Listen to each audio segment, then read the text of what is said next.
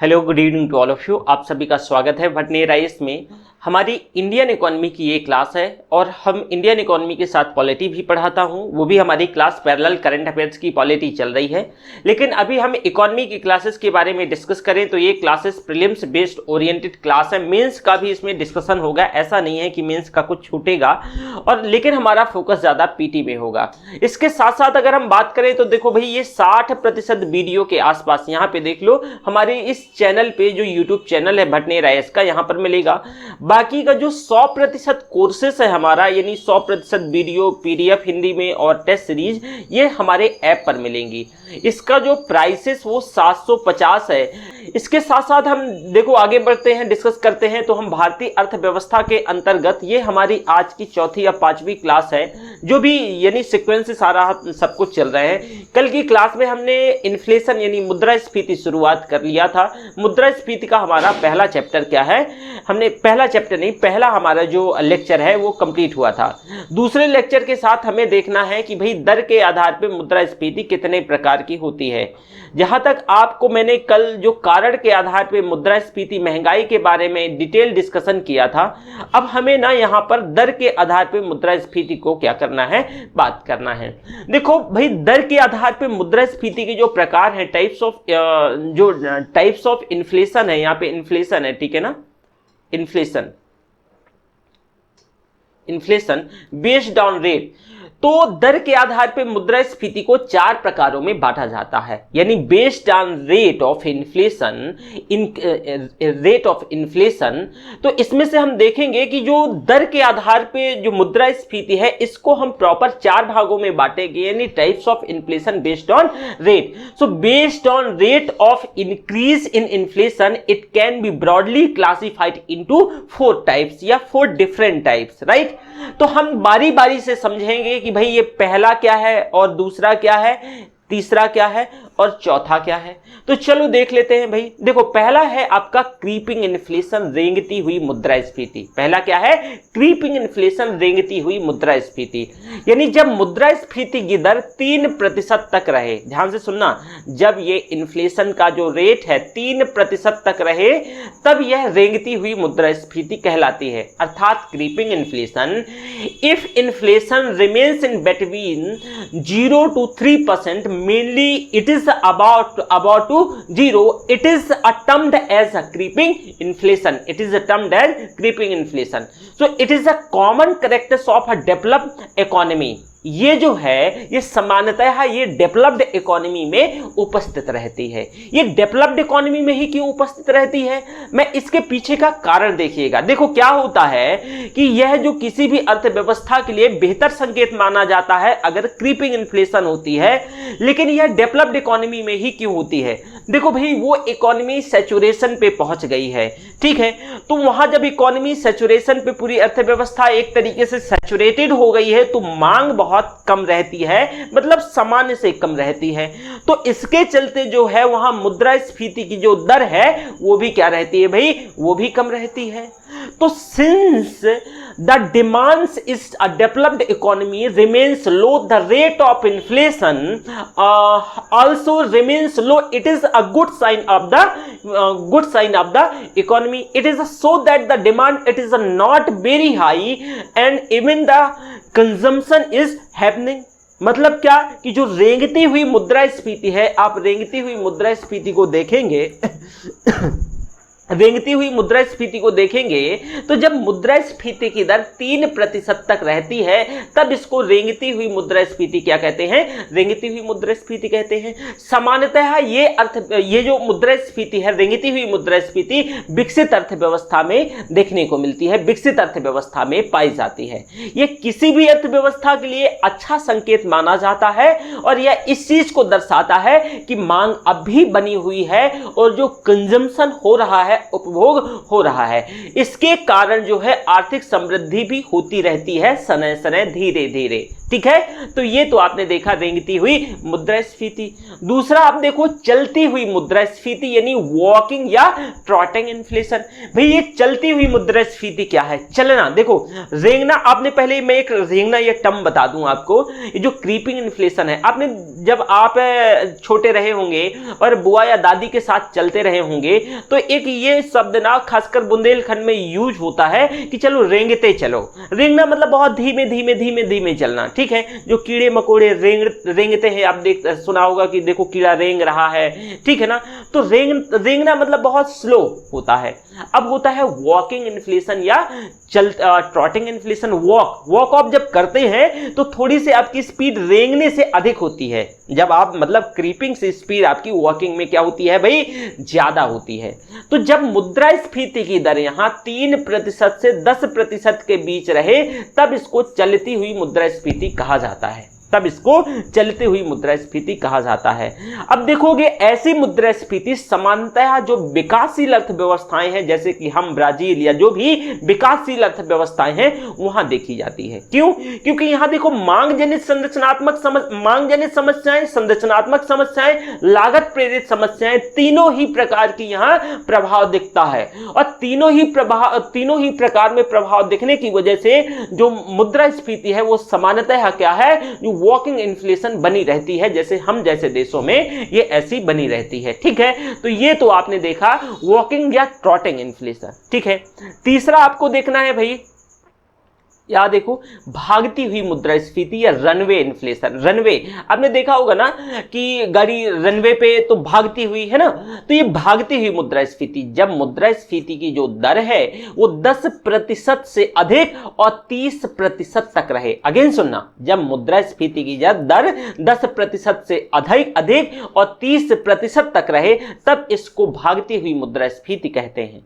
यह किसी भी अर्थव्यवस्था के लिए अच्छा संकेत नहीं माना जाता है। यह एक अलर्ट का साइन है। यह बयां करता है कि भाई अगर आप अपने अर्थव्यवस्था में जो मुद्रास्फीति को कंट्रोल नहीं करते हो तो यह आउट ऑफ कंट्रोल हो जाएगी, यह नियंत्रण से बाहर चली जाएगी, जिससे आपकी इकोनॉमी पैरेलल हो सकती है, आपकी इकोनॉमी में ये आपकी इकोनॉमी को प्रभावित कर सकती है। तो ये तो हुई क्या? रनवे इन्फ्लेशन, भागती हुई मुद्रास्फीति। इसके साथ साथ हमारा जो चौथा इन्फ्लेशन है दर के आधार पे वो है गैलोपिंग या हाइपर। गैलोप कूद कूद के जाना, ठीक है। तो गैलोपिंग, आपने गैलोपिंग का मतलब ये होता है ना, मतलब जंप मार मार के, तो हाइपर इन्फ्लेशन भी कहते हैं। जब मुद्रास्फीति की दर जो है वो आउट ऑफ कंट्रोल हो जाए, पूरी तरीके से यह नियंत्रण से बाहर चली जाए, तो यहां पर आप देखोगे ऐसी इन्फ्लेशन को चरम मुद्रास्फीति या गैलोपिंग इन्फ्लेशन या हाइपर इन्फ्लेशन कहा जाता है। और ये ऐसा कब होता है? जब मुद्रास्फीति के तीनों ही कारक अपने चरम पर पहुंच जाते हैं। मांग जनित मुद्रास्फीति मतलब मांग बहुत होती है, साथ में लागत जनित मुद्रास्फीति और संरचनात्मक मुद्रास्फीति। यह अर्थव्यवस्था के लिए सबसे खतरनाक और सबसे यानी एक तरीके से अत्यधिक बुरा संकेत माना जाता है। यह बहुत खराब साइन माना जाता है, ठीक है। तो आपने मुद्रास्फीति को दर के आधार पर पढ़ा। उम्मीद करता हूं यहां तक किसी भी बच्चा लोग को कोई डाउट नहीं होगा। आगे देखते हैं मुद्रास्फीति से संबंधित जो कुछ कॉन्सेप्ट्स हैं। देखो मुद्रास्फीति से संबंधित कुछ कॉन्सेप्ट्स के बारे में अगर हम बात करते हैं, अगर मुद्रास्फीति के कुछ कॉन्सेप्ट के बारे में बात करते हैं तो देखो भाई, मुद्रा संकुचन एक हमारा शब्द आता है। मुद्रा संकुचन, ध्यान से सुनना, मैं इसे डिटेल से समझाऊंगा। हाँ, मुद्रा संकुचन, संकुचन या इसी को अपस्फीति, और नहीं अप, ओके, अपस्फीति, ध्यान से सुनना, अपस्फीति, अपस्फीति या डिफ्लेशन, डिफ्लेशन। ये होता क्या है जरा देखो। मुद्रा संकुचन या अपस्फीति ये मुद्रास्फीति के विपरीतार्थक है। मुद्रास्फीति के क्या है भाई, विपरीतार्थक है। तो मुद्रास्फीति में क्या होता था, वस्तु और सेवाओं के मूल्य में निरंतर वृद्धि की दशा मुद्रास्फीति कहलाती थी। तो यहां क्या होगा कि वस्तु और सेवाओं के मूल्य में निरंतर गिरावट दर्ज होगी, यहां निरंतर गिरावट दर्ज होगी, अर्थात यह वस्तु और सेवाओं के मूल्य में निरंतर कमी की दशा को संबोधित करता है। इसी को क्या कहते हैं, मुद्रा संकुचन या अपस्फीति या डिफ्लेशन कहते हैं। मूल्य सामान्यतः तब नीचे आते हैं जब समग्र आपूर्ति समग्र मांग को पार कर जाए। मूल्य कब नीचे आएंगे, मान लो जो समग्र आपूर्ति है सप्लाई ज्यादा हो जाए, यानी जो समग्र आपूर्ति है, क्या भाई, जो समग्र आपूर्ति है वो किसे, मांग को सरपास कर जाए, मांग से ज्यादा हो जाए, तो ऑब्वियसली जो मूल्य है वो क्या है, नीचे गिरेंगे, मूल्य नीचे गिरेंगे। कैसे, जैसे एक उदाहरण से समझने का प्रयास करो। मैं आपको बताया कि भाई जैसे कि ए है, बी है, सी है, डी, ये सप्लायर हैं, लेकिन डिमांड मात्र, अब ये जो सप्लायर हैं और जो डिमांड कर रहे हैं वो एक्स और वाई बस है, एक्स और वाई बस है, तो ऑब्वियसली कि इस समय ये बार्गेनिंग पोजीशन में होंगे, ठीक है, कौन, ये बार्गेनिंग पोजीशन में होंगे, ये बार्गेनिंग पोजीशन में नहीं होंगे। अब कैसे ये बार्गेनिंग पोजीशन में होंगे, ये बोलेंगे कि भाई अगर आपको, मान लो डी के पास गए और इनके पास विकल्प है ना वाई के पास कि अगर आप नहीं दोगे तो हम सी के पास से ले लेंगे, बी के पास से ले लेंगे, ए के पास से ले लेंगे, इसी तरह इसके पास भी विकल्प है। तो यहां समग्र जो ओवरऑल आपूर्ति है, सप्लाई है, अगर वह मांग से ज्यादा हो जाए तो जो यानी रेट है वो स्वतः डिक्लाइन कर जाएगा, जो प्राइस है, जो मूल्य है वो स्वतः डिक्लाइन करेगा। तो यहां बार्गेनिंग पोजीशन में ये जो डिमांड कर रहे हैं, यानी जो मतलब डिमांड मांग कर रहे हैं, अगर ये बार्गेनिंग पोजीशन में है और समग्र आपूर्ति ज्यादा है तो ऑब्वियसली स्वतः क्या है, मूल्य नीचे गिर जाएगा, स्वतः मूल्य नीचे गिर जाएगा। इसके साथ साथ आप देखोगे समग्र मांग समग्र आपूर्ति से, जो समग्र मांग है वो समग्र आपूर्ति से क्या होती है भाई, नीचे चली जाती है, मांग कम रहती है, सप्लाई ज्यादा रहती है। अब ऐसा क्यों होता है, इसके पीछे कुछ तो कारण होंगे, तो जरा देखो इसके पीछे क्या क्या कारण है। मुद्रा संकुचन की स्थिति क्यों उत्पन्न होती है, ऐसा तो है नहीं कि अचानक मुद्रा संकुचन की स्थिति उत्पन्न हो जाएगी। अरे इसके पीछे तो भाई कुछ कारण होंगे, कुछ ऐसा हो रहा होगा जिससे कि मुद्रा संकुचन जो है, मुद्रा संकुचन की स्थिति आ गई। अब ऐसा कब होगा, मान लो अर्थव्यवस्था में तरलता का कम हो जाना, अर्थव्यवस्था जो इकोनॉमी है इसमें जो लिक्विडिटी है इसका कम हो जाना। अरे भाई अर्थव्यवस्था में पैसा ही नहीं रहेगा तो लोग मांग क्या करेंगे, कुछ नहीं करेंगे। अब मांग नहीं होगी तो ये स्वतः इसका रेट नीचे गिरने लगेगा। क्यों, क्योंकि जो सप्लायर है वो ऑलरेडी पहले से है ही है मार्केट में, लेकिन मांग नहीं है तो लोग, पैसा नहीं है तो मांग नहीं करेंगे, मांग नहीं करेंगे तो सप्लाई ज्यादा हो जाएगी। तो एक ये भी कारण है। दूसरा कारण यह है कि अगर बेरोजगारी की दर में वृद्धि हो जाए, ध्यान से सुनना, बेरोजगारी की दर में, बेरोजगार मतलब लोगों का नौकरी चला जाए, यानी जो बेरोजगारी की दर में क्या हो जाए भाई, वृद्धि हो जाए।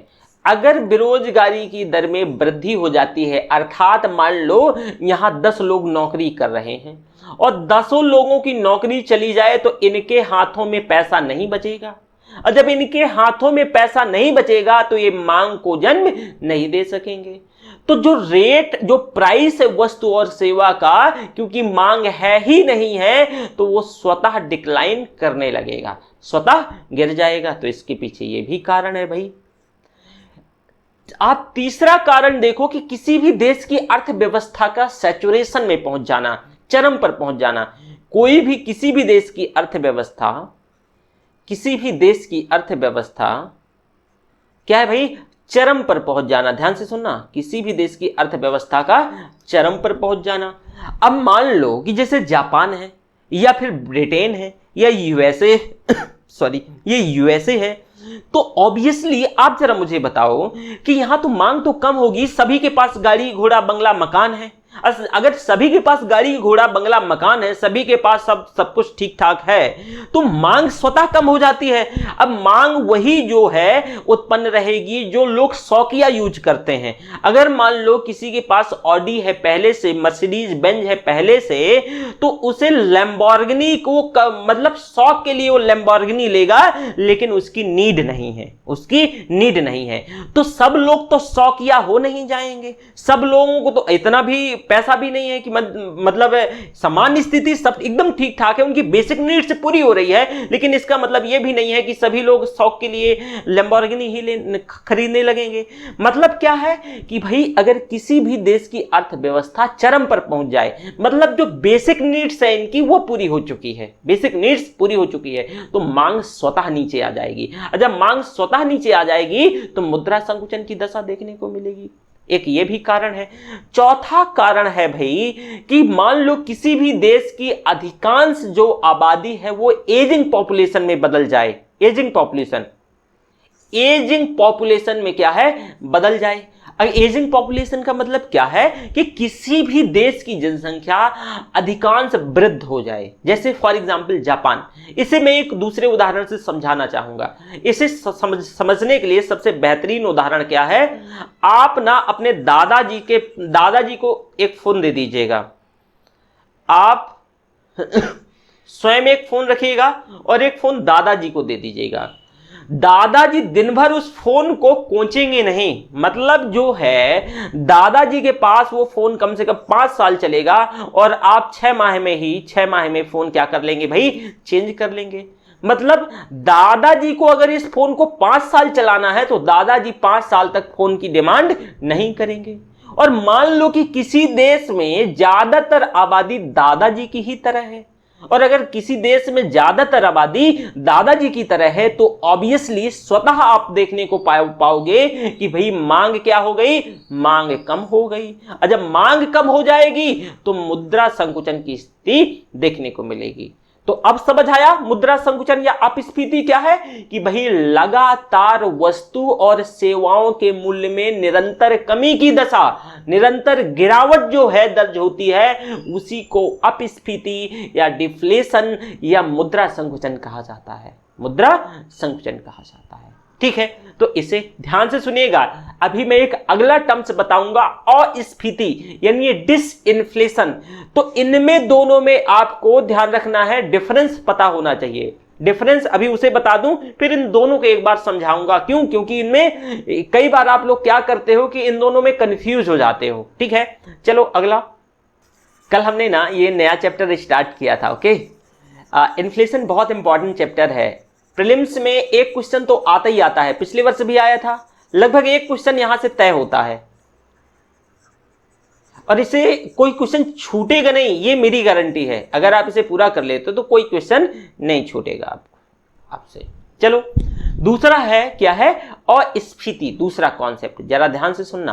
अस्फीति वो अपस्फीति था, ये अस्फीति है यानी, और वो डिफ्लेशन था, ये डिसइन्फ्लेशन है। ध्यान से सुनना, थोड़ा थोड़ा डिफरेंस है। डिसइन्फ्लेशन और वो डिफ्लेशन था। ठीक है, ये अस्फीति और वो अपस्फीति था, जो मैंने अभी ठीक 1 मिनट पहले बताया। अब देखो ये क्या है अस्फीति। देखो अस्फीति मुद्रास्फीति की ही एक दशा है, या मुद्रास्फीति का ही एक प्रारूप है।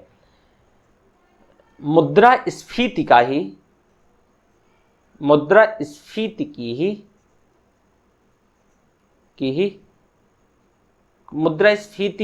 एक प्रारूप है ये, ऐसे समझो। मुद्रास्फीति का ही ये प्रारूप है। अब आपको समझ होना चाहिए कि भाई मुद्रास्फीति क्या है। मुद्रास्फीति वस्तु और सेवा के मूल्य में निरंतर वृद्धि, वस्तु और सेवा का जो मूल्य है इसके मूल्य में निरंतर वृद्धि ही क्या है, निरंतर वृद्धि ही मुद्रास्फीति है।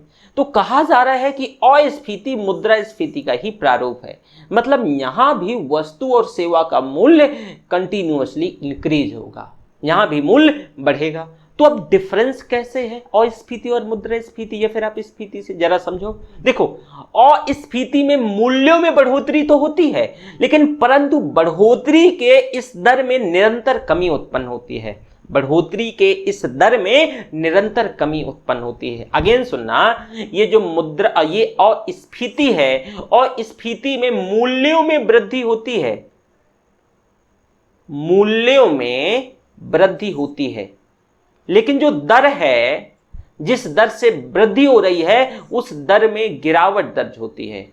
दर में क्या है? गिरावट दर्ज होती है। दर में गिरावट दर्ज होती है मतलब, अभी मैं उदाहरण से समझाऊंगा इसे। देखो भाई, ऐसे समझो, हम मान लो 2010 की बात करें, 2010, 2011, 2012, 2013 और 2014। चलो 2011, ओके। मान लो कि 1 किलो चीनी, 1 किलो जो चीनी थी, 1 किलो चीनी का मूल्य 2010 में कितना था? 100 रुपया। ऐसे समझो, क्या भाई? 2010 में 100 रुपया था। 2011 में ये जाके 150 रुपये था। 2012 में मान लो, ऐसे उदाहरण बता रहा हूं, ठीक है, 2012 में मान लो 175 रुपये था। 2013 में ये 185 रुपये था, और 2014 में ये 188 रुपये था। अब देखो जरा इसे भाई, मूल्य में लगातार वृद्धि हो रही है। 1 किलो चीनी का मूल्य यहां 2010 में 100 रुपया, 2011 में 150, 2012 में 175, 2013 में 185 और 2014 में 188। आपको यहां कुछ दिखने को मिल रहा होगा, मूल्य में लगातार वृद्धि हो रही है, लेकिन जरा देखो दर में गिरावट दर्ज हो रही है। इसमें दर में गिरावट दर्ज हो रही है। कैसे? कि भाई देखो, इसमें से जो 100 से 150 हो गया, ठीक है, तो इसमें आप देखोगे ओवरऑल की करीब इसमें से जो 35-40% की वृद्धि देखने को, 50% की वृद्धि मान लो, राउंड फिगर में, ये मैथमेटिक्स नहीं है, अगर थोड़ा बहुत इधर उधर हो जाए तो इसे झेल लीजिएगा। मैं सिर्फ कॉन्सेप्ट समझाना चाह रहा हूं, मैं आपको इकोनॉमिक्स का, मैं मैथमेटिक्स का टीचर नहीं हूं। तो पता चले कि कई बार बच्चे होते हैं कि अच्छा सर को तो वो निकालने नहीं आता, पता चले ये रेशियो निकालने नहीं आता, तो ये आपका काम है, ठीक है। बस मैं ये समझाना चाहता हूं कि मान लो कि 100 से 150 हुआ तो 50%, लेकिन वही ये 150 से 175 हुआ तो ये तो 25% से भी कम रहा, और अगर 175 से 185 रहा तो ये तो इस 175 का 185 ये तो 10% से भी कम रहा, और 185 का 188 ये तो 5% से भी कम रहा। देखो जरा, मान लो कि 50 से 25, 25 से 10 और 10 से 5, इसका जो रेट है, यानी जो दर है, जो वृद्धि वाला ये दर है, उसमें गिरावट दर्ज हो रही है। उसमें क्या है भाई? गिरावट दर्ज हो रही है। इसी को अस्फीति कहते हैं। इसी को क्या कहते हैं? इसी को अस्फीति कहते हैं। ये समझ आया कि नहीं? उम्मीद करता हूं ये समझ आ गया होगा। देखो, मूल्यों में जो इसका मूल्य था, प्राइस था, मूल्यों में देखो वृद्धि 100 से 150, 150, 175, 185, 188, लेकिन वृद्धि के बावजूद भी जिस दर से वृद्धि हो रही थी उस रेट में गिरावट दर्ज हो रही थी, उस रेट में गिरावट दर्ज हो रही थी। एक दूसरा उदाहरण ले लो, उसको हम थोड़ा सा, ये उदाहरण ना एक राउंड फिगर पे लेंगे। इस उदाहरण को दूसरे उदाहरण से समझ लो। ये इसमें बहुत सारे बच्चे जिनका बैकग्राउंड मैथमेटिक्स नहीं होगा ना, कंफ्यूज होंगे। इसको थोड़ा सा हम राउंड फिगर में लेंगे तो आपको आसानी से समझ पाओगे। इसमें नजर डालना जरा। अस्फीति क्या है भाई? मुद्रास्फीति का ही प्रारूप है। मुद्रास्फीति क्या है? वस्तु और सेवा के मूल्य में निरंतर वृद्धि। तो अस्फीति में मूल्यों में निरंतर वृद्धि होती है। किसके मूल्यों में? कोई भी चीज, मान लो वस्तु है या फिर सेवा है, तो इसके मूल्यों में, वस्तु या सेवा की निरंतर वृद्धि होती है। मूल्यों में क्या होती है भाई? वृद्धि होती है। लेकिन इसका जो दर है, दर में गिरावट दर्ज होती है। दर में गिरावट दर्ज होती है। ऐसे समझो, मान लो 2000, हमने 19 की बात करी, 2020 और 2021, यहां पे एक थाली जो है 2019 में आपको कितने की मिल रही थी? मान लो एक थाली यहां पे 100 रुपए की मिल रही थी। 2020 में ये जो थाली है ये आपको जाकर के कितने, मान लो कि 200 रुपए की मिली है, 200 रुपए की, ठीक है। और यहां पे एक काम करते हैं, 2022 भी कर लेते हैं, ठीक है। चलो यहाँ पे 21 कर लें और यहाँ पे 22 कर लें। 2021 में जाके ये जो थाली है 250 की मिली है और 2022 में ये थाली जाके 275 की मिली है। जरा देखो भाई, 100 से 200, 100% की वृद्धि। अब 200 का 250, ये तो इस 50% भी नहीं है, तो ये 200 का 250 कितना प्रतिशत, मान लो कि ये तो 20% से भी कम हो गया, और 250 का 275 ये 10% से भी कम हो गया। तो इसके रेट में कंटिन्यूअसली गिरावट दर्ज होती है। ये है क्या? अस्फीति। इसी को डिसइंफ्लेशन कहते हैं, ठीक है। उम्मीद करता हूं समझ गए होंगे, समझ आ गया होगा। दूसरा देखो, रिफ्लेशन। अस्फीति हो गया ना, रिफ्लेशन। चलो संस्फीति देख लो। जब अर्थव्यवस्था में मांग नीचे आती है, जब अर्थव्यवस्था इकोनॉमी में मांग नीचे आती है तो जो वस्तु और सेवाओं के मूल्य में निरंतर कमी दर्ज होगी। क्यों? मांग कम है तो ऑब्वियसली वस्तु और सेवा का मूल्य नीचे आएगा कि नहीं आएगा? ऑब्वियस है, आएगा। तो यह अर्थव्यवस्था के लिए अच्छा संकेत नहीं है। क्यों? आप सोचते होंगे कि सर कह रहे हैं कि सर ये भी कहते हैं, विरोध करते हैं हर जगह कि भाई आजकल इतनी ज्यादा महंगाई है और ये किसी भी अर्थव्यवस्था के लिए खतरनाक है। अब सर वही चीज कह रहे हैं कि अगर ये मांग नीचे आ रही है तो कह रहे हैं कि ये किसी भी अर्थव्यवस्था के लिए अच्छा संकेत नहीं है। तो ये दोनों बातों में विरोधाभास कैसे है? इस विरोधाभास को समझो। देखो भाई, जो है यानी महंगाई कंट्रोल में होनी चाहिए, महंगाई कंट्रोल में होनी चाहिए। अगर ये सामान्य स्थिति पे बनी हुई है, जैसे कि मान लो कि मैंने बताया क्रीपिंग इन्फ्लेशन पे है, ये चलो ठीक है, क्रीपिंग इन्फ्लेशन से थोड़ा सा ऊपर है 5-7%, तो ये बयां करती है कि उस देश में आर्थिक समृद्धि बनी हुई है। मतलब मांग है, लोग सप्लाई कर रहे हैं, तो ऑब्वियस है इकोनॉमिक ग्रोथ क्या होगी? इकोनॉमिक ग्रोथ होगी। लेकिन अगर मान लो मांग ही नीचे आ जाए तो वस्तु और सेवा क्या हो जाएगा? वो लोग नहीं, इसमें कमी आ जाएगी, लोग नहीं खरीदेंगे तो प्रोडक्शन बंद हो जाएगा, प्रोडक्शन बंद हो जाएगा तो ऑब्वियस है कि जो आर्थिक समृद्धि है उस पर नकारात्मक या प्रतिकूल प्रभाव देखने को मिलेगा। जब उसमें नकारात्मक प्रभाव देखने को मिलेगा तो ये किसी भी अर्थव्यवस्था के लिए तो खतरनाक है। क्यों? क्योंकि मान लो अगर प्रोडक्शन ही नहीं हो रहा है, कंपनियां बंद हो रही है, तो स्वतः आप देखोगे बेरोजगारी बढ़ेगी। बेरोजगारी बढ़ेगी ना, कंपनियां लोगों को निकाल बाहर करेंगी। अरे उनका सामान ही नहीं बिक रहा है तो क्यों रखेंगी? वो तो घाटा झेलेंगी नहीं, तो निकाल बाहर करेंगी। तो ये क्या? बेरोजगारी बढ़ेगी। तो ये किसी भी अर्थव्यवस्था के लिए अच्छा संकेत नहीं है। लेकिन जब अर्थव्यवस्था में मांग को जन्म देने के उद्देश्य से, अब देखो स्थिति क्या है, मांग लगातार नीचे आ रही थी तो वस्तु और सेवाओं में कमी उत्पन्न हो रही थी। तो अब जो है सरकार और जो रिजर्व बैंक ऑफ इंडिया है या किसी भी देश का केंद्रीय बैंक है, जैसे हमारे देश का केंद्रीय बैंक आरबीआई है, तो ये जगेगा। इसको अलर्ट, मतलब ये नींद से जब जगेगा तो इसे लगेगा कि भाई अगर हमें अर्थव्यवस्था को बचा के रखना है, रिवाइव करना है, तो ये हरकत में आएगा। तो ये क्या कर सकता है? जब हम एक चैप्टर पढ़ेंगे मॉनेटरी पॉलिसी, मौद्रिक नीतियां, तो देखेंगे कि यह जो है मौद्रिक दरों में कटौती कर सकता है। मौद्रिक जो ब्याज दर है उनमें कटौती कर सकता है। अब मान लो कि जैसे कि ऐसे बस समझो, फिर हम वहां डिटेल में बताएंगे सीआरआर, एसएलआर और ये सारी चीजें, bank rate, repo rate, reverse repo rate. ऐसे समझो कि मान लो कि जैसे कि ये बैंक है, ये आरबीआई है, ठीक है, और यहां पे ये बैंक है।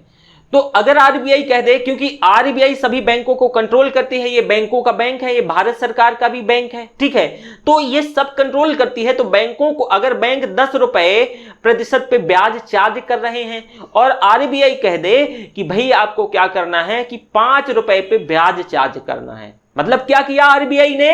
ये जो बैंकों का बापू है या बैंकों का बैंक है, तो ओवरऑल क्या किया? इन्हें ऑर्डर दिया कि आपको 5% पर ही चार्ज करना है, इससे ज्यादा नहीं चार्ज करना है। तो ब्याज दरों में कटौती होगी।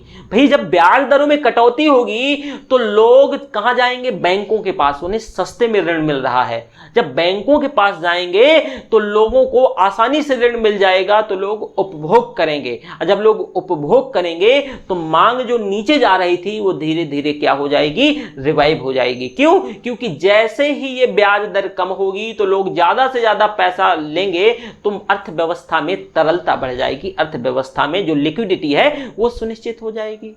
अब मांग को बढ़ावा देने के लिए सरकार क्या कर सकती है? ये तो रहा आरबीआई। मैंने क्या बताया कि भाई इसको लेकर के सरकार और आरबीआई दोनों हरकत में आते हैं। तो आरबीआई ने तो अपना काम कर दिया जो कर सकती थी, लेकिन सरकार भी तो कुछ काम कर सकती है। तो जी हां, सरकार क्या करेगी कि भाई ये प्रत्यक्ष और अप्रत्यक्ष करों में कटौती कर देगी।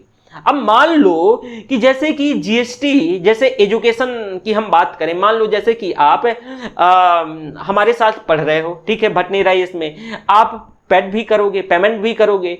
अब हमें क्या है, हम तो सर्विस प्रोवाइडर है ना, हम सर्विस दे रहे हैं, तो हमें जीएसटी भरनी पड़ेगी। तो हम क्या है, मान लो कि अभी आपसे 750 रुपया हम चार्ज कर रहे हैं, लेकिन अगर हमें जीएसटी में छूट मिल जाए तो हम क्या कर देंगे, 500 रुपए ही कर देंगे। तो ओवरऑल किसको फायदा हो जाएगा? जो व्यक्ति, जो कंज्यूमर है। क्यों? टैक्स कट डाउन हो गया। तो सरकार टैक्स को कट करके, प्रत्यक्ष या अप्रत्यक्ष टैक्स को कट करके मांग को बढ़ावा दे सकती है, मांग को बढ़ावा दे सकती है, इससे मांग बढ़ जाएगी। ठीक है, दूसरा भी आप देख लो। अब मान लो जैसे सरकार है तो वेलफेयर स्कीम में पैसा खर्च करके, यह सरकार ज्यादा से ज्यादा वेलफेयर स्कीम या फिर जैसे मनरेगा, ये सारी चीजें हैं, तो इसमें क्या करके पैसा खर्च करके मांग को, मतलब पैसा जाएगा तो ऑब्वियसली लोगों के हाथों में तो मांग को जन्म देंगे। तो जब मांग में पुनः बढ़ोतरी होने लगे, मांग यहां नीचे गिर रही थी और यहां पे मांग में जब पुनः रिवाइव करने लगे, पुनः बढ़ोतरी के कारण जो मूल्य है उसके ऊपर जाने लगे, तो यही कंडीशन संस्फीति या रिफ्लेशन कहलाती है। यही कंडीशन रिफ्लेशन कहलाती है। ठीक है, तो ये आपने संस्फीति रिफ्लेशन देख लिया। इसको अगर एक लाइन में सुनना है तो ऐसे सुनो कि भैया, अर्थव्यवस्था में जैसे मांग जाती है तो वस्तु और सेवा का मूल्य नीचे गिरता है, तो सरकार और आरबीआई की नींद खुलती है। अपनी अर्थव्यवस्था को बचाने के लिए वो कुछ ना कुछ करते हैं, वो कुछ, और जैसे कि यही सारी चीजें बताई, तो केंद्रीय बैंक जो है वो अपनी मौद्रिक नीतियों की जो ब्याज दरें हैं कम करेगी, और ये जो सरकारें हैं प्रत्यक्ष और अप्रत्यक्ष करों में कटौती करके ये मांग को दोबारा से जन्म देने की कोशिश करेंगे। इससे अर्थव्यवस्था में दोबारा से क्या है, तेजी आने लगेगी और जो मूल्य है वो बढ़ने लगेंगे, और यही दशा संस्फीति या रिफ्लेशन, मतलब दोबारा से, तो यही दशा संस्फीति या रिफ्लेशन कहलाती है। समझ में आया? ये उम्मीद है समझ आ गया होगा। ओके, चलो एक दूसरा सुनो, मुद्रास्फीति सर्पिल या मजदूरी मूल्य सर्पिल। चलो, मुद्रास्फीति सर्पिल, wage price spiral, wage price spiral. ठीक है, इसको इन्फ्लेशन स्पाइरल भी कहते हैं, इन्फ्लेशन स्पाइरल। एक मैं जबरदस्त वाकया बताता हूं। एक मास्टर साहब हैं, या थे या हैं, एक्चुअल में मैंने पहली बार देखा है, जहां तक मेरा एक अनुभव है लगभग 30 सालों के आसपास का, और यूपीएससी में मुझे प्रॉपर 10 सालों का अनुभव है, मतलब पढ़ने और पढ़ाने का। मैंने एक चीज़ ऑब्जर्व करी है, आज तक मैंने बहुत बड़े बड़े संस्थान और भारत के बेहतरीन फैकल्टी से मैंने अपनी तैयारी के दौरान प्रिपरेशन करी थी और पढ़ी थी, और भारत के बेहतरीन जो प्रोफेसर से मैंने अपनी पढ़ाई करी थी। ठीक है, बड़े बड़े जो यूनिवर्सिटी हैं इंडिया में, उन सभी में लगभग मैं कहीं ना कहीं कोई ना कोई कोर्स किया ही किया है। लेकिन मैंने आज तक कभी नहीं देखा कि एक मास्टर साहब क्या करते हैं कि वो एक मास्टर साहब सारे सब्जेक्ट पढ़ाते हैं। मैंने ना किसी यूनिवर्सिटी में देखा, ना किसी में बड़े संस्थानों में देखा, लेकिन एक जगह मैंने देखा है। अब मैंने एक चीज, इससे बच्चों के साथ न्याय नहीं हो पाता है। अब क्या करते हैं वो, मैं आपको ये बता रहा हूं कि आपको कैसे चीजों को समझना है। वो करते क्या है कि यूपीएससी के सारे सब्जेक्ट पढ़ाते हैं, यूपीएससी के सारे सब्जेक्ट, मतलब जो भी है सारे सब्जेक्ट। अब क्या करेंगे, लेके आएंगे पीपीटी और स्क्रीन में लगा लेंगे और खड़े हो जाएंगे और एक बार जो लिखा है उसे पढ़ेंगे, उसको क्या करेंगे भाई, पढ़ेंगे और दोबारा उसी चीज को समझा देंगे। इसे टीचर कहते हैं। मैंने तो आज तक ऐसा यूपीएससी कैटेगरी में टीचर नहीं देखा है जहां 10 साल का अनुभव है। लेकिन ये क्यों संभव है? आप लोगों की वजह से। क्यों? क्योंकि आपने एकदम वो चढ़ा के, आप इसमें विजुअलाइज ही नहीं करते, आप थोड़ा सा भी नहीं सोचते हैं कि अरे यार एक चीज बताओ, अगर यही करना है तो हम भी तो कर लेंगे, इसमें क्या प्रॉब्लम है। ठीक है, टीचर के पास जो ये रॉ मटेरियल पहले से होता है, teacher raw material cut paste चीजें ही बता के और जितना लिखा रहता है आगे निकल जाता है। जो बहुत सारी चीजें अवधारणाएं होती हैं वो टीचर नहीं करवा पाता है। तो ये पीपीटी की दुनिया से बाहर निकलिए। मैं पीपीटी का विरोध नहीं कर रहा, पीपीटी जरूरी है, लेकिन साइंस एंड टेक्नोलॉजी जैसे सब्जेक्ट में, सीसेट जैसे सब्जेक्ट में, क्योंकि भाई क्वेश्चन तो लिखना पड़ेगा, है ना, तो सीसेट जैसे सब्जेक्ट में। लेकिन पीपीटी जरूरी नहीं है हिस्ट्री में, पीपीटी जरूरी नहीं है सोशियोलॉजी में, पीपीटी जरूरी नहीं है पॉलिटी और इकोनॉमी में। लेकिन मास्टर साहब तो पढ़ा रहे हैं, क्योंकि आप लोग नहीं इस चीजों का, तो इससे ना बच्चों के साथ न्याय नहीं हो पाता है। और कट पेस्ट करके तमाम किताबें, आजकल तो जमाना है, आप भी कोई किताब हो कट पेस्ट करके इधर उधर से उठा के अमेज़न और फ्लिपकार्ट में करवा दीजिए, हो ही जाता है। ठीक है, तो ये भी चल रहा है। तो चीजों से बचिए। ये जो भक्ति है ना, ये आंख बंद करके जो कर रहे हो ना, इससे काम नहीं चलेगा। मैं हमेशा जहां भी रहा हूं, जहां भी पढ़ाता रहा हूं, इस चीज को लेकर के हमेशा सवाल उठाता रहा हूं। ठीक है, मैंने बड़े बड़े संस्थानों में पढ़ाया है, ऑनलाइन ऑफलाइन, अभी भी पढ़ा रहा हूं और हमेशा। लेकिन भटनेर आईएएस ने मुझे इन सारी चीजों को लेकर के बहुत फ्री छोड़ा है। भटनेर आईएएस ने बहुत फ्री छोड़ा है कि आपको जैसे पढ़ाना है फ्री हैंड पे चाहे तो पढ़ाओ या चाहे पीपीटी में पढ़ाओ, जैसे आपको पढ़ाना है वैसे पढ़ाइए। और मैं इस चीज को लेकर इसी वजह से मैं भटनेर आईएएस के साथ जुड़ा और एप्रिशिएट भी करता हूं कि नहीं भाई, सोच अच्छा है, बच्चों के प्रति सोचते हैं। जब मैं भटनेर आईएएस के डायरेक्टर से बात करता हूं तो प्राइस को लेकर के मैं ये बता दूं, इंडियन इकोनॉमी का कोर्स आज से, जब मैंने एक टाइम पे पढ़ाई करी थी, 2010 की बात, एक बड़े संस्थान में, नाम नहीं लूंगा, उस समय मैंने मात्र इंडियन इकोनॉमी 12,000 में करी थी। 10 साल पहले एक सब्जेक्ट इंडियन इकोनॉमी 12,000, समझो। लेकिन आपको वही उससे बेहतर चीजें मिल रही हैं और आपको रीजनेबल प्राइस है। मैंने जब पैसे को लेकर के बात करी उनसे, यही कि इसके कितना चार्ज, तो उन्हें बोला कि बच्चों को बिल्कुल भी वो नहीं होना चाहिए, इशू नहीं होना चाहिए, आराम से बच्चे पेड कर सकें और खुशी खुशी कर लें। तो एक ये भी होता है। खैर छोड़िए, तो बाकी आप जो भी है मैंने अभी बताया वो समझ रहे हैं। ठीक है, आगे हम चलते हैं। हमें ना क्या पढ़ना है भाई, ये बेस प्राइस स्पाइरल। मैं ये क्यों बताता हूं ना, कभी कभी ना देखो, मैं अपनी आवाज को दबा नहीं सकता, मैं ना अपनी आवाज को दबा नहीं सकता। एक मैं बुक लिख रहा हूं और मैं दो सालों का प्रॉपर शेयर, जो एक एक्सपीरियंस है ऑनलाइन का, खासकर कोरोना के दौरान, मैं वो जरूर आपके साथ शेयर करूंगा। और शायद वो बुक है एक आंदोलन ला दे, ऐसा भी हो सकता है, क्योंकि वो सारी चीजें मैं शेयर करूंगा जो इन 2 सालों में ऑनलाइन एजुकेशन के अंतर्गत जो घटी है, जो घटनाएं घटी हैं, सब कुछ शेयर करूंगा। ठीक है, खैर छोड़िए, हम मुद्रास्फीति सर्पिल या बेस प्राइस स्पाइरल इसे पढ़ रहे थे। देखो ये है क्या बेस प्राइस स्पाइरल, देख लो। देखो भाई, इसे ना इन्फ्लेशन स्पाइरल भी कहते हैं। स्पाइरल जलब देखो, घुमाओ, मतलब कुछ समझ रहे हो, मतलब ऐसा अंदाजा लगाओ कि कुछ ऐसा होगा कि बताओ सर्पिलाकार। खैर छोड़ो, उसे नहीं, मतलब बस थोड़ा सा मैं आपके दिमाग में डाल रहा था कि अच्छा कुछ ऐसा होगा, मुद्रास्फीति सर्पिलाकार या कुछ ऐसी बन रही होगी, बस यही दिमाग में डालना चाह रहा था, बाकी मैं तो हूं ना। देखो भाई, जब वेतन और आय में बढ़ोतरी होती है, जब आपका वेतन और आय में बढ़ोतरी होती है, ध्यान से सुनना, वेतन और आय में बढ़ोतरी होती है, तो मुद्रास्फीति के बीच एक चक्रीय संबंध होता है। मुद्रास्फीति के बीच एक क्या होता है भाई, एक चक्रीय संबंध होता है।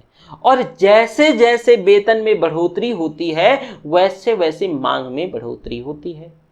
मैंने क्या बताया, मुद्रास्फीति और वेतन और आय में बढ़ोतरी के बीच एक चक्रीय संबंध होता है। जैसे जैसे वेतन और आय में वृद्धि होगी, मान लो कि 10 ये कर्मचारी हैं, सभी के वेतन में अचानक से वृद्धि कर दी जाए, इंक्रीमेंट कर दिया जाए 20% का, मान लो 20% का इंक्रीमेंट कर दिया जाए, तो जरा आप मुझे बताओ कि सब लोग कहां जाएंगे, बाजार जाएंगे। ये क्या करेंगे भाई, मांग को जन्म देंगे। और रातों रात तो सप्लाई हो नहीं जाएगी, जब ये मांग को जन्म देंगे तो क्या हो जाएगा, मुद्रास्फीति बढ़ जाएगी।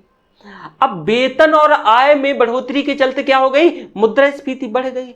इसके कारण जब मुद्रास्फीति बढ़ जाएगी तो ये कर्मचारियों पर, जब मुद्रास्फीति बढ़ती है तो आपने देखा होगा कि हमारी सेविंग पर नकारात्मक असर डालती है, हमारी सेविंग पर नकारात्मक असर डालती है, ये प्रतिकूल प्रभाव डालती है। कैसे, सेविंग कम हो जाती है, हमारा कंजम्पशन प्रभावित होता है। तो जो व्यक्ति कर्मचारी थे ये दोबारा से वेतन और आय में वृद्धि की मांग करते रहेंगे, दोबारा से मांग करने लगेंगे। जैसे जैसे मूल्यों में इस बढ़ोतरी के कारण वेतन में बढ़ोतरी होगी तो मुद्रास्फीति बढ़ जाएगी, मुद्रास्फीति के चलते इनके सेविंग में नकारात्मक असर पड़ेगा, तो ये दोबारा से वेतन और आय की मांग करने लगेंगे। अब फिर बढ़ेगा तो फिर मुद्रास्फीति बढ़ेगी। मतलब यह एक साइक्लिक संबंध, ये एक चक्रीय संबंध हो जाएगा। जैसे जैसे वेतन आए वैसे वैसे मुद्रास्फीति, जैसे जैसे वेतन आय बढ़ेगी वैसे वैसे मुद्रास्फीति बढ़ेगी। इसी को बेस प्राइस स्पाइरल या इन्फ्लेशन स्पाइरल कहते हैं, इसी को बेस प्राइस स्पाइरल या इन्फ्लेशन स्पाइरल कहते हैं। समझ आ गया होगा। खैर सुन लो एक बात, देखो वेतन अथवा आय में बढ़ोतरी के चलते जो वेतन और आय है तो मुद्रास्फीति क्या है, बढ़ती रहती है। जैसे ये बढ़ता है वेतन और आय, वैसे वैसे मांग में बढ़ोतरी होगी और मांग में बढ़ोतरी के कारण मूल्यों में बढ़ोतरी होगी और मूल्य में हुई इस बढ़ोतरी के कारण अगेन वेतन जो वेतन और आय है पुनः से इसमें से बढ़ोतरी की मांग उठेगी। उस बढ़ोतरी के कारण जो मांग पुनः बढ़ेगी जो कि मुद्रास्फीति को अगेन जन्म देगी। तो इसी को बेस प्राइस स्पाइरल या फिर क्या कहेंगे, इन्फ्लेशन स्पाइरल कहेंगे, इन्फ्लेशन स्पाइरल कहेंगे। तो आपने ये देखा। चलो अगला देखो, अगला है मुद्रास्फीति कर। चलो है ना, चलो सामान्यतः कर जो है आपको पता है कि यह एक अनिवार्य वसूली है जो कि सरकार आय और उपभोग पर क्या करती है, वसूलती है। जो टैक्स है ये क्या है, एक अनिवार्य वसूली है। सरकार आपकी आय पर उपभोग पर ये चार्ज करती है, टैक्स वसूलती है। और ये जो टैक्स है आप देखोगे कि ये टैक्स का उस व्यक्ति पर क्या है, नकारात्मक, यानी उसकी सेविंग पर नकारात्मक असर पड़ता है, सेविंग पर नकारात्मक असर पड़ता है। अब देखो इन्फ्लेशन टैक्स क्या है, अगर आपने तो मैंने सिर्फ कर बताया, देखो कर आपसे लिया जाता है, सरकार कर लेती है, उसके बदले आपको बहुत सारी चीजें देती है, जिसमें सड़क में चल रहे हैं बांध, ये निर्माण, ये तो सारे आपके टैक्स के पैसे पर ही तो होता है ना।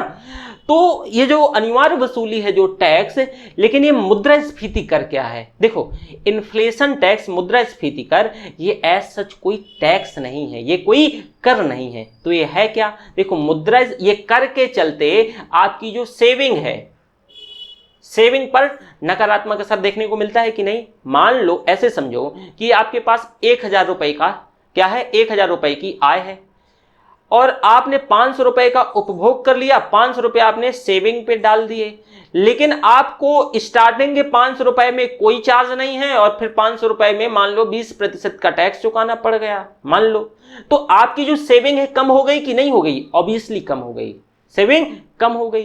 और जब सेविंग कम हो गई तो आप देखोगे कि ये नकारात्मक असर डालती है। तो इन्फ्लेशन टैक्स क्या है, इन्फ्लेशन टैक्स का मतलब है कि महंगाई बढ़ने के चलते आपकी सेविंग पर जो नकारात्मक असर पड़ता है, इसी को मुद्रास्फीति कर कहते हैं। ये एज सच कोई कर नहीं है, यह कोई कर नहीं है, इसकी कोई वसूली सरकार नहीं करती है।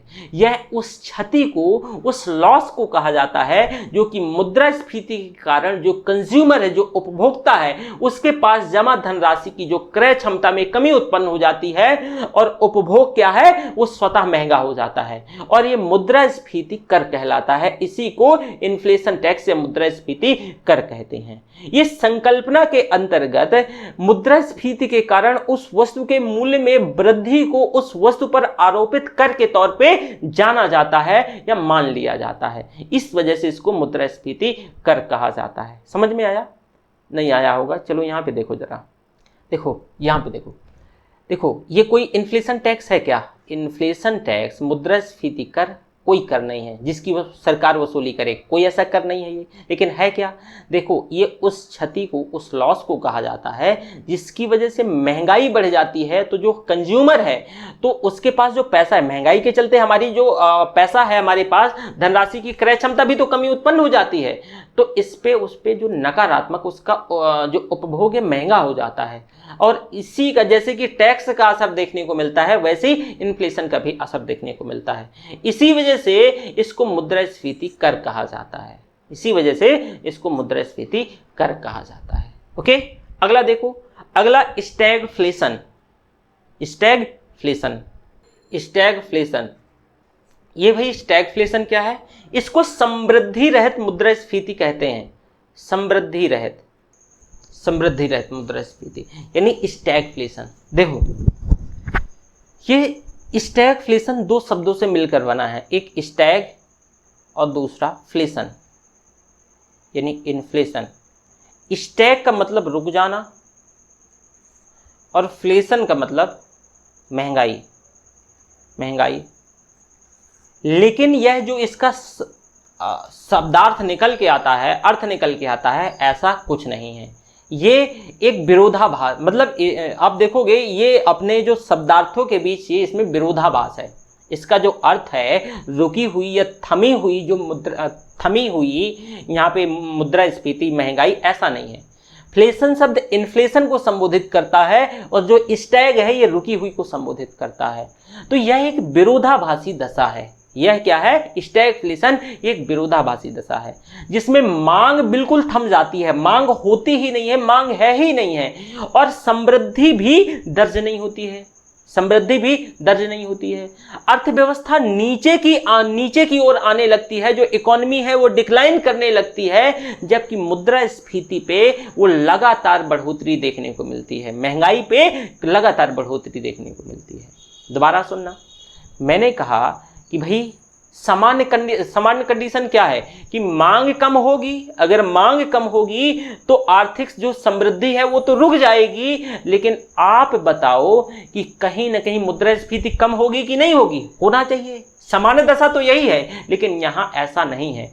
यहाँ जैसे जैसे देखो जो मांग है वो कम होती है, मांग थम जाती है, तो समृद्धि भी नीचे आ जाती है। और जब समृद्धि नीचे आ जाती है तो अर्थव्यवस्था भी डिक्लाइन करने लगती है। लेकिन यहाँ जो मुद्रास्फीति है, महंगाई, वो लगातार बढ़ती रहती है। तो जब मुद्रास्फीति बिना आर्थिक समृद्धि के उत्पन्न हो, जब मुद्रास्फीति बिना आर्थिक समृद्धि नहीं हो रही है, जीडीपी नहीं बढ़ रहा है, लेकिन फिर भी मुद्रास्फीति बढ़े जा रही है, तब वह स्टैगफ्लेशन की दशा कहलाती है।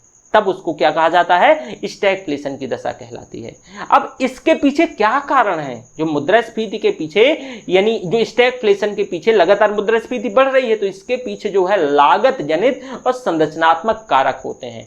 क्योंकि यहाँ आर्थिक समृद्धि थम जाती है, अब आर्थिक समृद्धि तो नहीं होती है, लेकिन यहाँ रोजगार के अवसर उत्पन्न नहीं हो पाते, और इससे यह निष्कर्ष निकलता है कि भाई स्टैगफ्लेशन की दशा में बेरोजगारी की दर भी क्या है? उच्च होती है। बेरोजगारी की दर उच्च होती है, और उच्च बेरोजगार के कारण मूल्य में कमी उत्पन्न होनी चाहिए, जो कि ऐसा नहीं है। स्टैगफ्लेशन के दौरान ऐसा नहीं देखने को मिलता है। तो ये किसी भी अर्थव्यवस्था के लिए सबसे खतरनाक और सबसे प्रतिकूल अवस्था है। आपने देखा स्टैगफ्लेशन? उम्मीद करता हूं कि किसी भी बच्चे को स्टैगफ्लेशन में कोई डाउट नहीं होगा। यहां से क्वेश्चन बनेगा, मैं अभी फिलिप कर्व समझाऊंगा और इस दोनों को फिर कंपेयर करिएगा, ठीक है? बहुत अंतर है दोनों में। एक तरफ आप स्टैगफ्लेशन में समझा दूं तो एक तरफ आप ना फिलिप कर्व लिखना है, स्टैगफ्लेशन और फिलिप कर्व। देखो स्टैगफ्लेशन हो गया, ठीक है? अब देखना है फिलिप कर्व। क्या भाई? फिलिप कर्व या वक्र बोलेंगे इसे हिंदी में।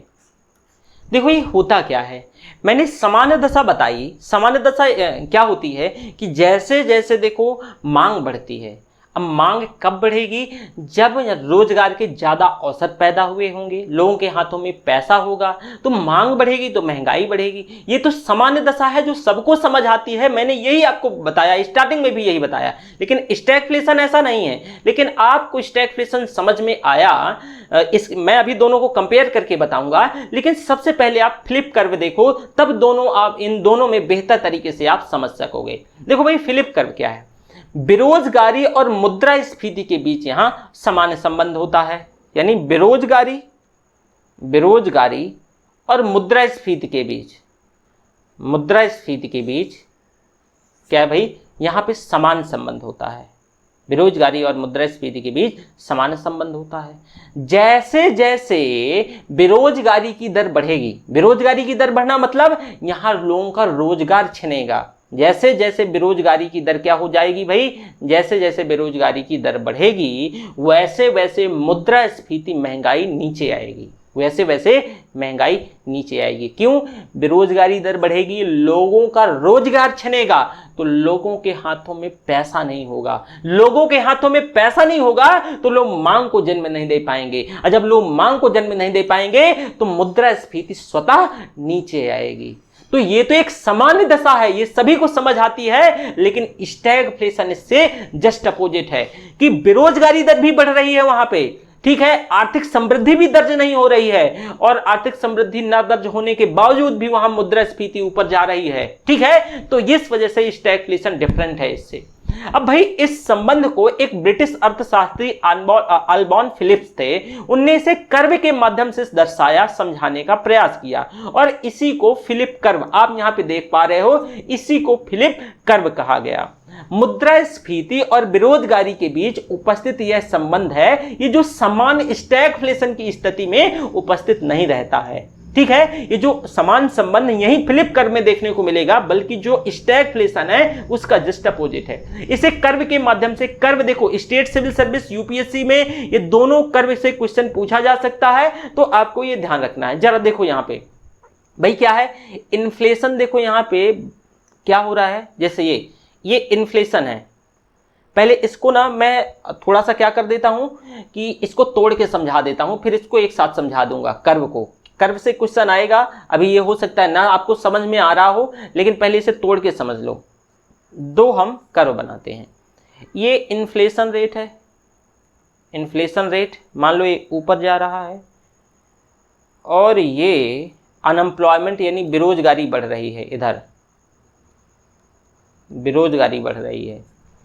तो अगर मान लो इन्फ्लेशन, अब फ्लिप कर्व में क्या है कि मुद्रास्फीति नीचे आएगी, मुद्रास्फीति नीचे आएगी, तो इसको कैसे आना चाहिए, मतलब ये जो है, ये अगर ये ऊपर को दर्शाता है तो ये नीचे को, ये वाला ये नीचे को दर्शाएगा, दर्शाएगा कि नहीं दर्शाएगा, ऑब्वियसली कि अगर मुद्रास्फीति मान लो ऊपर की ओर बढ़ रही है तो नीचे की ओर क्या होगी, गिरेगी या कम होगी। लेकिन बेरोजगारी दर देखो फ्लिप कर्व में क्या है, बेरोजगारी दर में वृद्धि हो रही है, तो बेरोजगारी ये जो ऐसी कर बनेगा ना, अगर बोले कि देखो ये बेरोजगारी दर यहां ये इधर वृद्धि को दर्शाता है, तो आप कैसे बनाओगे, ये जो है ये साइन ऐसे बनाओगे, ऐसे बनाओगे। तो जरा इन दोनों साइन को देखो कि मुद्रास्फीति देखो नीचे गिर रही है, और ये जो है ना, ये यहां पे आप देखो ये जो है ये बेरोजगारी बढ़ रही है, तो इसमें अब देखो बेरोजगारी बढ़ रही है। तो इसको अगर आपको इसको अच्छे ढंग से प्रदर्शित करना है तो आप इसे कैसे कर देंगे, ऐसे कर देंगे। और वही ये देखो यहाँ पे इस चित्र में वही दर्शा रहा है कि इन्फ्लेशन रेट देखो यहाँ पे गिर रही है 8768 समथिंग, है ना, ये गिर रही है ना। देखो पहले ये कर्व में, इसमें कलर चेंज कर लेते हैं ना, ये हाइलाइटर यूज कर लें। देखो ये कर्व में गिर रही है कि नहीं गिर रही है, गिर रही है। और ये ना बेरोजगारी देखो यहाँ पे बेरोजगारी बढ़ रही है। तो अगर ऐसा आपको क्वेश्चन पूछा गया, यहाँ से पूछा भी जा सकता है, अगर ऐसा, खासकर स्टेट सिविल सर्विस का तो फेवरेट है, ये यहां से क्वेश्चन पूछता है।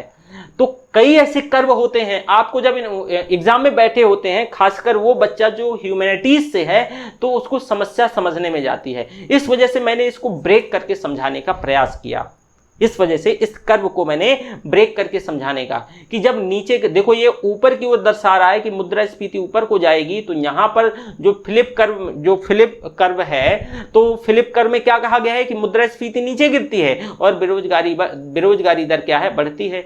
तो बेरोजगारी दर तो देखो इधर बढ़ रही है और मुद्रास्फीति नीचे गिर रही है। समग्र तौर से इसको अगर हम एक साथ प्रदर्शित किया तो देखो ऐसे, ओके। तो ये रहा आपका फिलिप कर्व। स्टैगफ्लेशन को कैसे आप दर्शाओगे? स्टैगफ्लेशन में क्या था कि देखो, स्टैगफ्लेशन को भी जरा देखो, इसको ना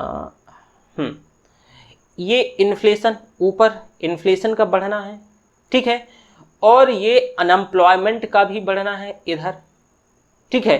तो ये क्या होगा, ध्यान से सुनना, अगर हम इसको भी तोड़ के करें, जैसे मान लो तो इधर एक तरफ देखो इन्फ्लेशन बढ़ रहा है एक में, और मान लो एक में बेरोजगारी बढ़ रही है, ऐसा ही है ना।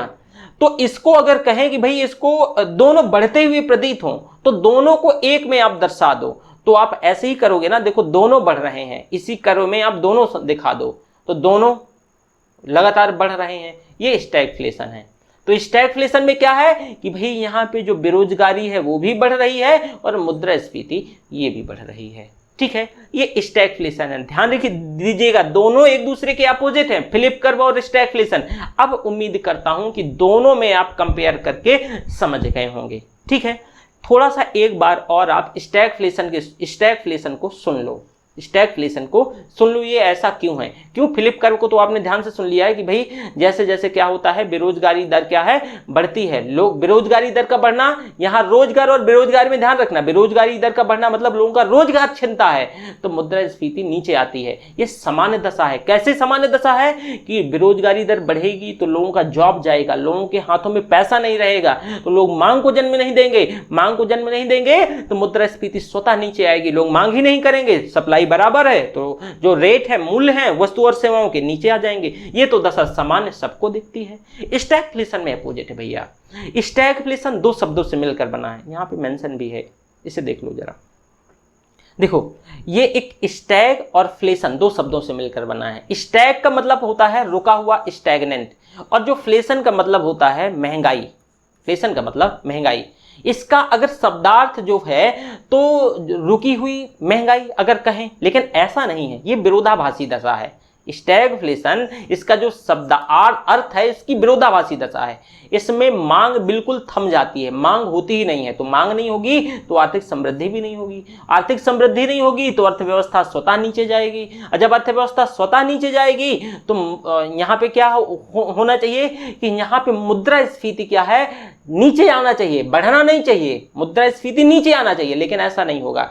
यहाँ मुद्रास्फीति बढ़ती है, ठीक है। अब मुद्रास्फीति बढ़ने के पीछे क्या कारण है?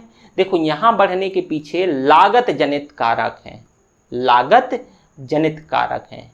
कैसे भैया लागत जनित?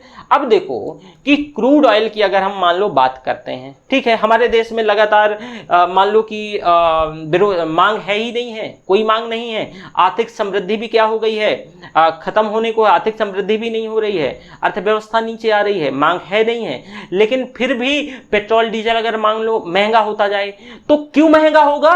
अगर क्रूड ऑयल, कच्चा तेल मान लो कि महंगा हो जाए, ठीक है। अब जैसे कि अमेरिका मान लो कि इस समय काफी इंटरफियर करता है, खासकर मिडिल एशिया में, ठीक है, और वेस्ट एशिया, मिडिल एशिया में उसका तो पूरी दुनिया में इंटरफेरेंस है, लेकिन ज्यादा इंटरफियर करता है जहां से हम ऑयल लेके आते हैं, क्रूड ऑयल लेके आते हैं।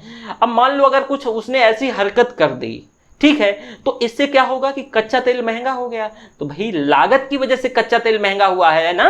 तो इससे अगर मांग की वजह से होता, तो मांग अगर होती तो आर्थिक समृद्धि भी दर्ज होती, लेकिन यहां मांग है ही नहीं है, तो आर्थिक समृद्धि भी नहीं है, लेकिन फिर भी महंगाई बढ़ गई, लेकिन ऐसा नहीं होना चाहिए। तो महंगाई के पीछे यहां लागत जनित कारक है। दूसरे भी यहां कारक हो सकते हैं संरचनात्मक कारक, जैसे वही कालाबाजारी, होर्डिंग, व्यवसायी समूहीकरण, ये भी फैक्टर हो सकते हैं।